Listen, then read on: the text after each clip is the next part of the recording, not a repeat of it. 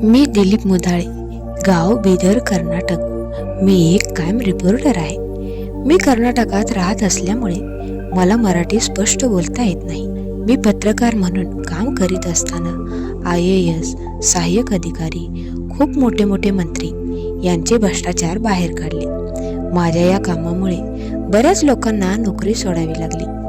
मोठमोठ्या अधिकाऱ्यांनी मला मारण्यासाठी सुपारी देखील देण्यात आल्या होत्या। ज्यांचे भ्रष्टाचार बाहेर काढले त्यातील एकाने मांत्रिकाला आमच्या घरी आणले।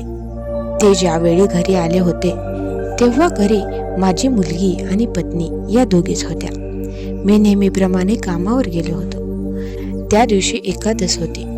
एकादश असल्यामुळे पत्नीने त्यांना चहा ठेवला, परंतु त्यांनी चहा घेतला नाही। ते तसेच निघून गेले। पण त्या दिवसापासून असं काही झालं की आम्ही कधी कल्पना सुद्धा केली नव्हती। त्या दिवसापासून आमच्या घरात आम्हाला शारीरिक आणि मानसिक त्रास सुरू झाला। माझी मुलगी 10वी मध्ये शिकत होती। ती शाळेत जाण्यासाठी तयार होत असताना तिच्या पोटामध्ये गोळा यायचा, हातपाय आकडायचे आणि बोलती बंद व्हायची। माझ्या मुलीसाठी मी हैदराबाद, बेंगलोर या ठिकाणी MRI केला। त्या ठिकाणचे डॉक्टर असेच म्हणत असत की आम्ही पहिल्यांदाच असे पेशंट पाहतो आहे। सगळे रिपोर्ट्स नॉर्मल आहेत, तरी पण त्रास होतोय।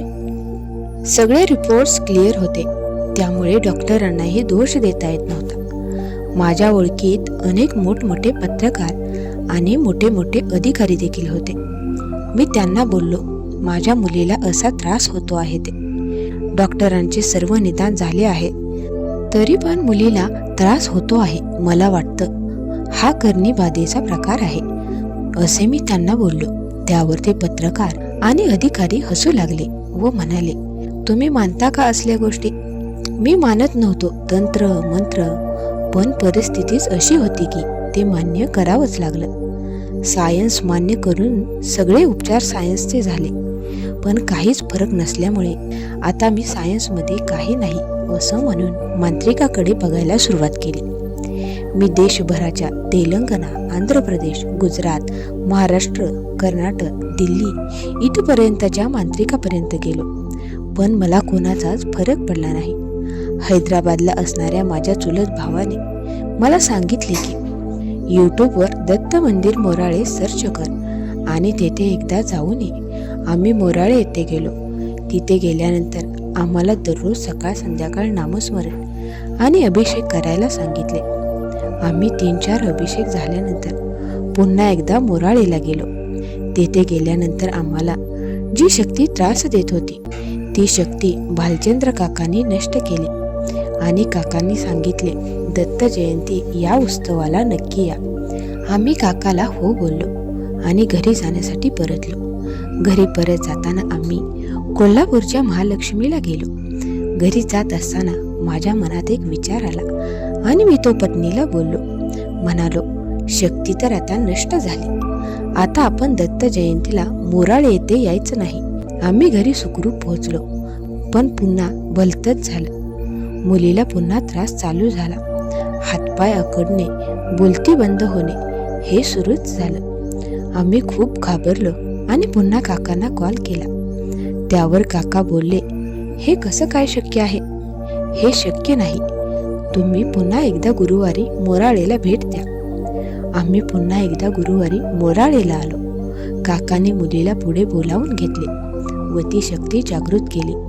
काकाने शक्तीला विचारले, ही मुलगी नामस्मरण करते, अभिषेक करते, तरी पण तू तिला त्रास कसा काय दिला? तुला शासन झालं आहे, तरी पण तू या मुलीमध्ये का संचार केलास?